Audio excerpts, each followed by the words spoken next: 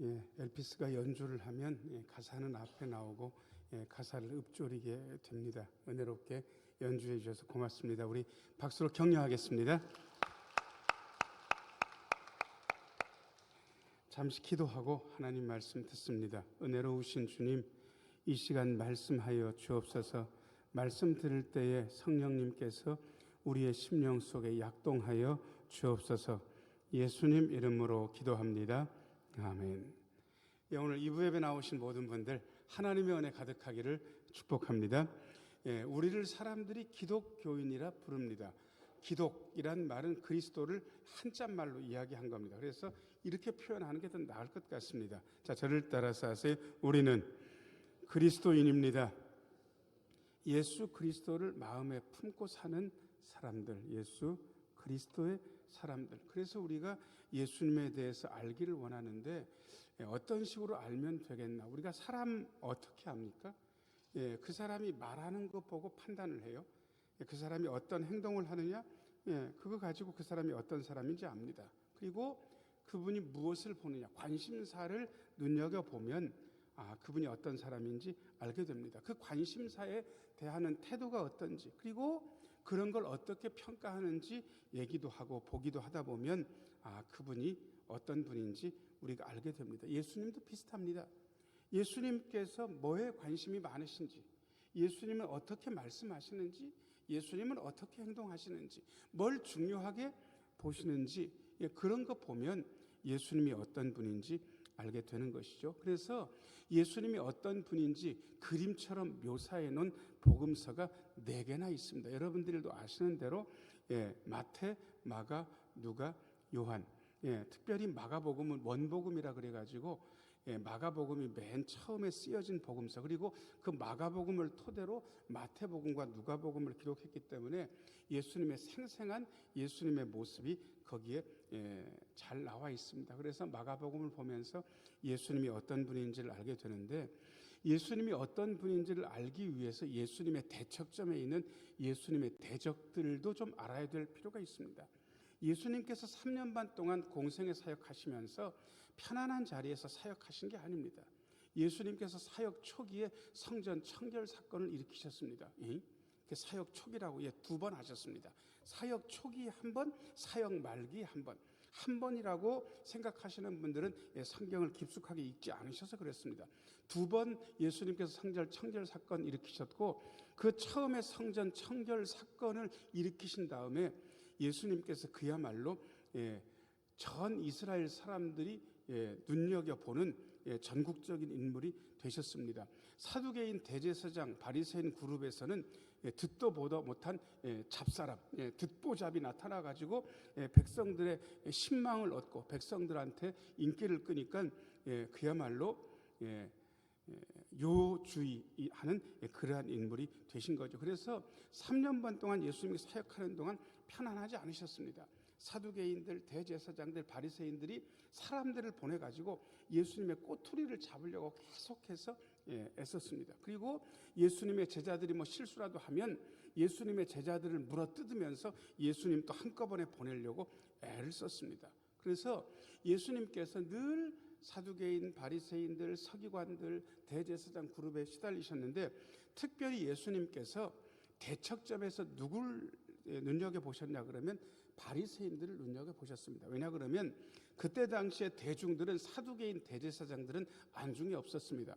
예수님이 오시기 전까지 대중들의 지지를 받은 것은 바리새인이었습니다. 왜냐 그러면 깨끗하게 살았거든요. 그리고 굉장히 혁신 세력, 그리고 로마에 대해서 심정적으로 반대하고, 그리고 민중들의 마음을 잘 헤아렸기 때문에 바리새인들이 인기가 많았습니다. 심지어 기도도 많이 하고 경걸 생활도 잘했습니다. 그런데 예수님의 대척점에선 바리새인들을 예수님께서 바라보니까 바리새인들의 위선적인 모습이 너무 많이 눈에 들어오는 거예요. 생각이 달라요. 바리새인과 예수님은. 예수님과 바리새인은 말이 달라요. 행동이 달라요. 그리고 보는 게 다르고 평가하는 게 다른 거예요. 하나님의 마음을 두고도요, 바리새인들은 오해했고 예수님은 제대로 보고. 그래서 이 바리새인들하고 예수님께서 같이 갈 수 없는 그런 길을 가시면서 예수님께서 바리새인들을 지적하는 말씀을 많이 하셨는데, 오늘 말씀도 그런 류의 말씀인데, 그걸 자세히 보면 예수님이 어떤 분인지, 하나님은 어떤 분인지, 예수님의 마음은 어떠신지 우리가 알게 됩니다. 제가 세 가지로 말씀을 드리고 싶습니다. 첫 번째입니다. 1번 같이 한번 읽어야죠. 시작.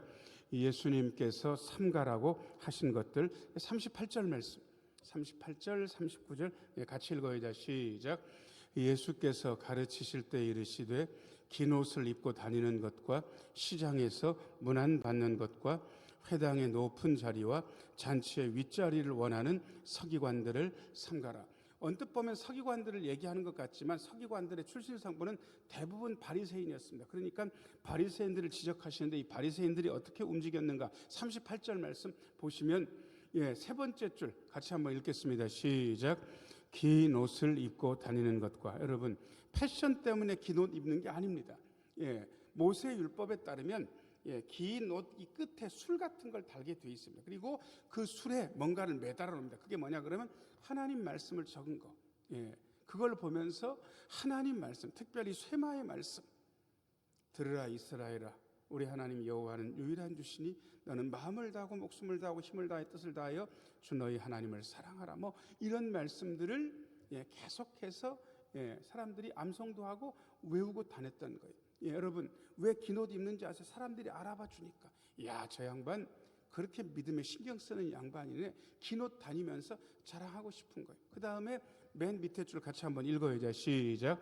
시장에서 문안 받는 것과, 여러분 가다가 인사 받는 거 어떻습니까? 만일 여러분들이 유명한 사람이라면 사람들이 없는 데로 다니게 되면 아무도 알아봐 주지 않는데, 시장통, 북새통을 한 군데로 쭉 지나가게 되면 사람들이 와서 인사하고 어느 선생님 아니시냐고 그러면서 악수하고 싶다 그러고, 요즘식으로 하면 핸드폰도 같이 한번 사진 촬영도 하고 뭐 그러는 거, 인기가 만만찮아요. 그러는 거예요.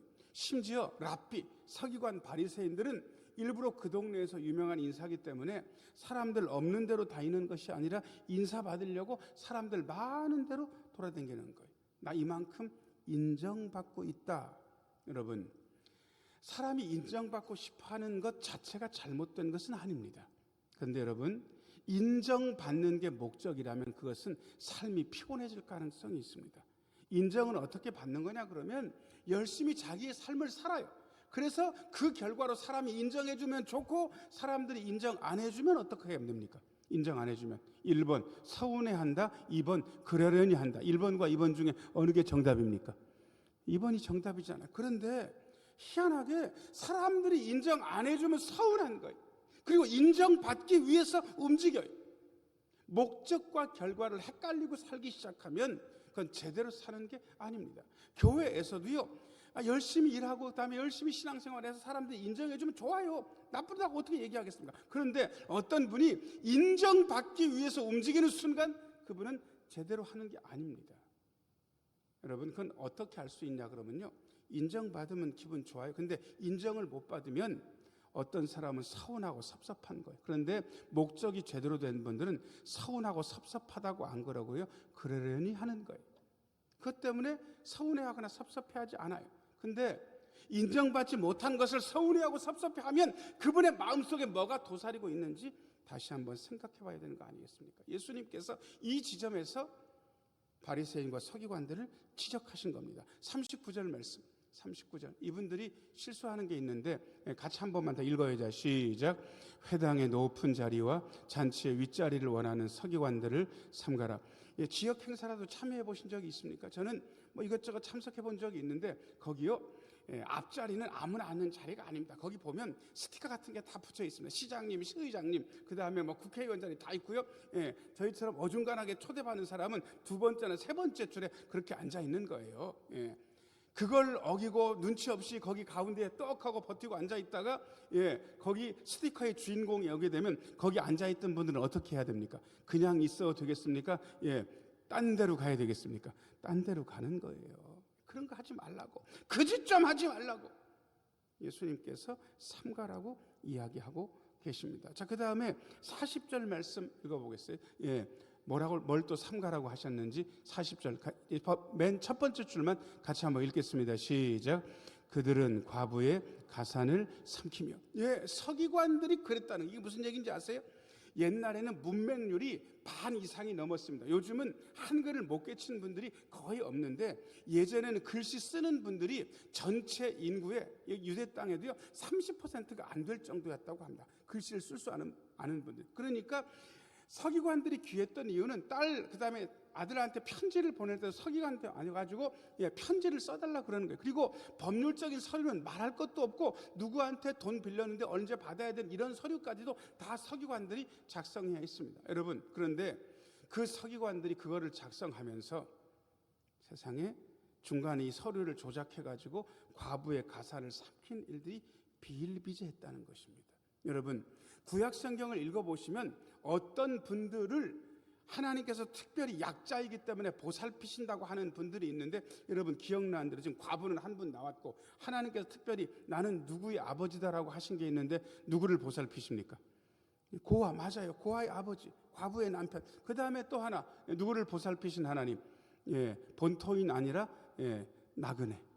여러분, 이게 사회적 약자이기 때문에 하나님께서 보살피시는 거예요. 그런데 이 사회적 약자를 착취하고 학대하고 약탈하는 순간 이분들은 누구의 대적이냐 그러면 하나님의 대적자가 되는 거 아니겠습니까? 하나님께서 니들이 과부를 어렵게 하면 네 부인이 과부가 된다. 여러분, 이게 무슨 얘기입니까? 너의 아내가 과부가 된다는 말은 그 사람은 어떻게 된다는 얘기입니까? 죽는다는 얘기. 네 자식이 고아가 된다라고 이렇게 말씀하시죠. 그러면 그 고아의 아버지는 누굽니까? 그 사람. 네가 죽는다. 하나님께서 아주 강력하게 말씀하고 계시는 거예요.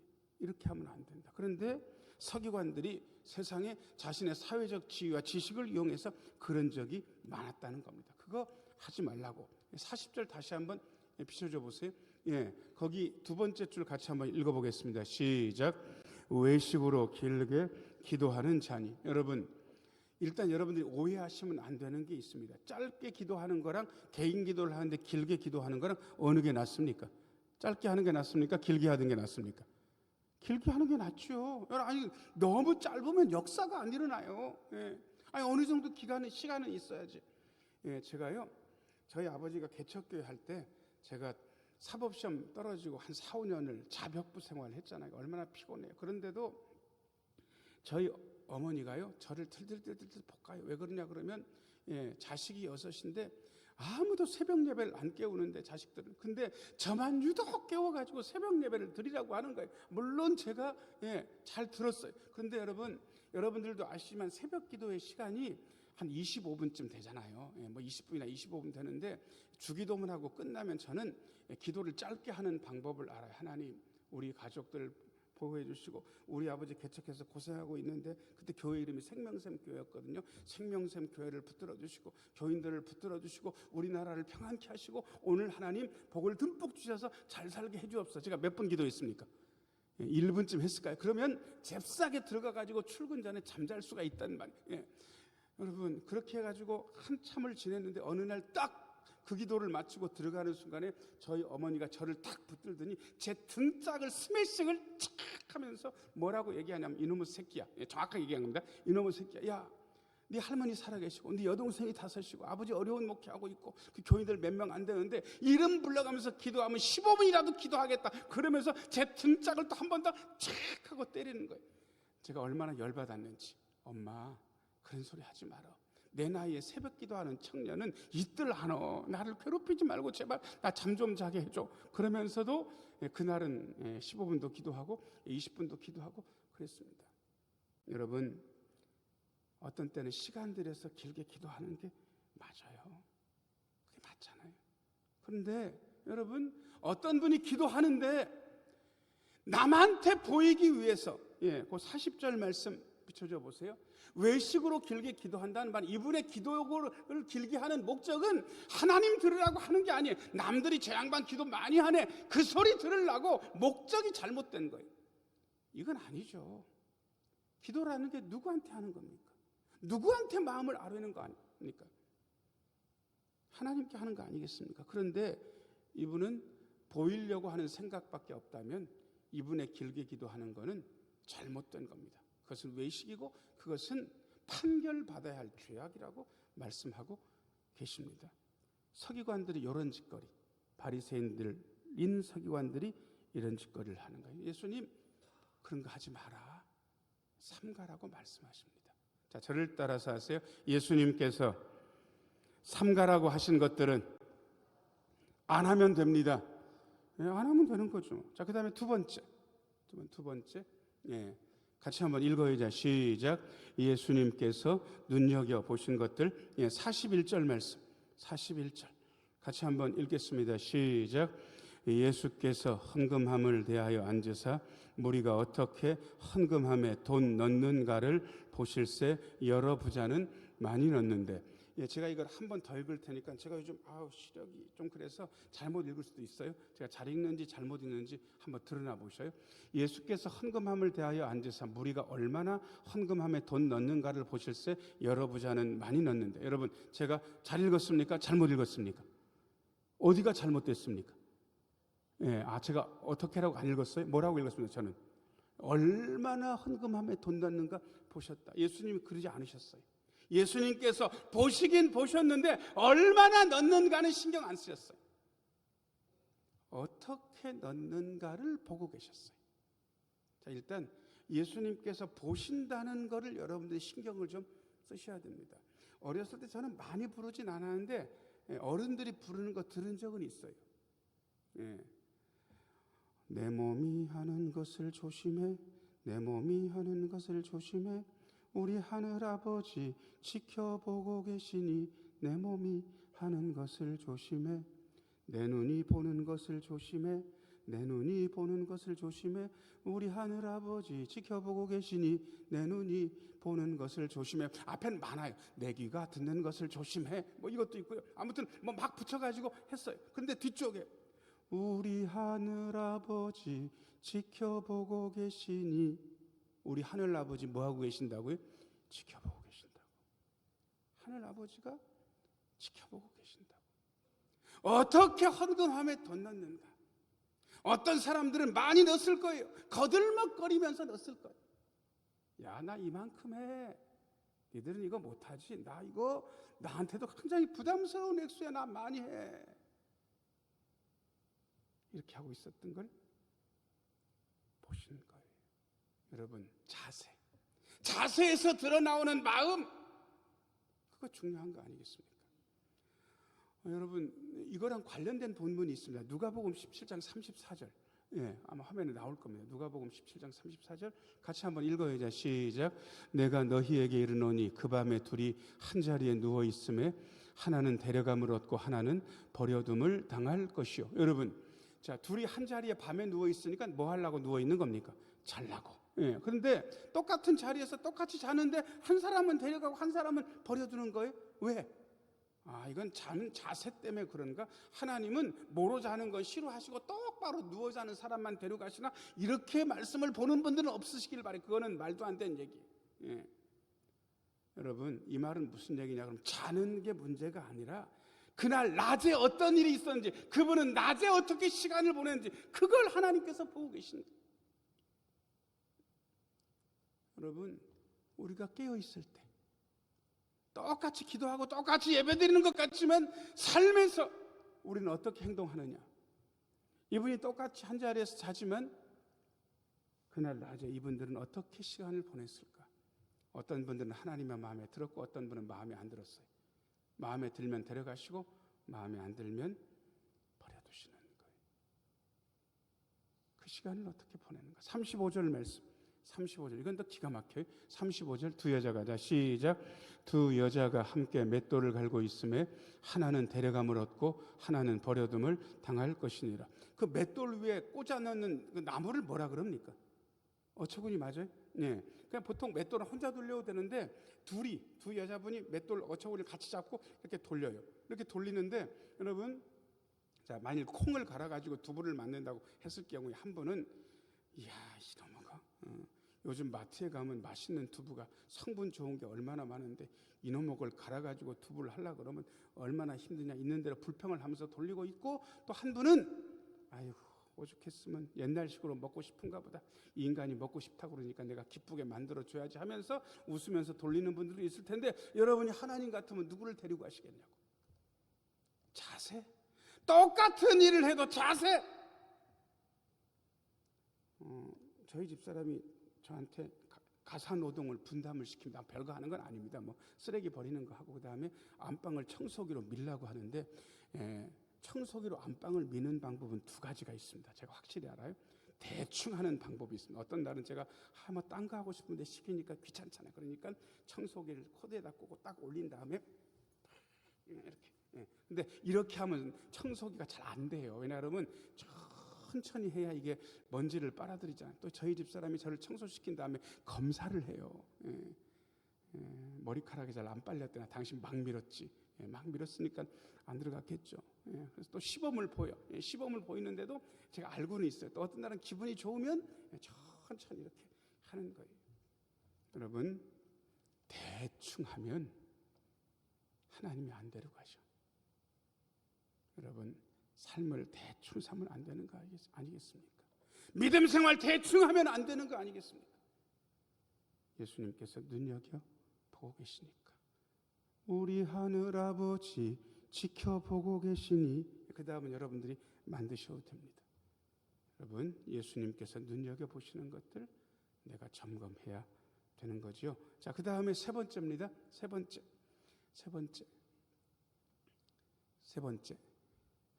같이 한번 읽어야죠. 시작. 예수님께서 훌륭하다고 평가하신 것. 42절 말씀. 42절 같이 한번 읽어야죠. 시작. 한 가난한 과부는 와서 두 렙돈 곧 한 고드란트를 넣는지라. 이게 얼마인지에 대해서는 조금 의견이 분분합니다. 일단 데나리온을 일단 생각을 해보고, 데나리온은 노동자 하루 품삯.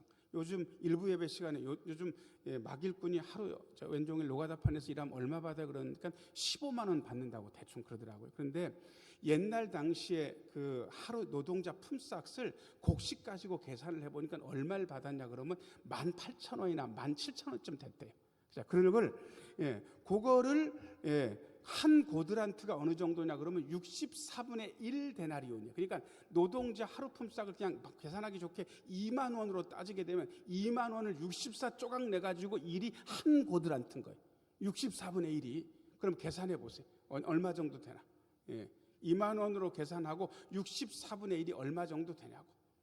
뭐 글쎄요. 뭐 대충 4,500원 안 되겠습니까? 대충 계산해서. 여러분. 창피한 수준 아니겠습니까? 아마 이분은 내면서도 누가 볼까 무서웠을 수도 있어요. 그리고 넣은 다음에 고개를 푹 숙이고 나왔을 수도 있어요. 아이고, 이거밖에 못 넣나. 근데 예수님께서 뭐라고 평가해 주십니까? 43절 같이 한번 읽어야죠. 시작. 예수께서 제자들을 불러다가 이르시되 내가 진실로 너희에게 이르노니 이 가난한 과부는 헌금함에 넣는 모든 사람보다 많이 넣었도다. 이거는 예수님 계산이 안 되세요? 낸 게 계산이 안 되시냐고. 어떻게 이 여자분이 제일 많이 넣습니까? 이렇게 말씀하시는 분들은 예수님께서 뭘 중요하게 보시는지를 모르시는 거예요. 얼마나 넣는가, 절대적으로 얼마나 더 많이 넣는가, 이건 예수님께 중요하지 않았습니다. 예수님은 이 가난한 과부의 사정을 잘 아셨습니다. 그래서 이렇게 말씀하셨습니다. 44절 같이 한번 읽어야죠. 시작. 그들은 다 그 풍족한 중에서 넣었거니와 이 과부는 그 가난한 중에서 자기의 모든 소유 곧 생활비 전부를 넣었느니라 하시니라. 아멘. 두 렙돈, 한 고드란트가 아마 이 가난한 과부가 그날 쓸 수 있는 전부였을 겁니다. 아마 있는 전부였을 겁니다. 그걸 넣었습니다. 안타까운 마음으로. 근데 예수님은 그 가난한 과부의 사정도 아시고 마음도 아시면서 뭐라 말씀하시나 그러면 이 가난한 과부가 제일 많이 넣었다라고 훌륭하다고 평가해 주셨습니다. 그 가난한 과부의 마음을 읽으시고 말입니다. 여러분, 여기까지 보니까 우리 예수님이 어떤 분인지 알 것 같지 않습니까?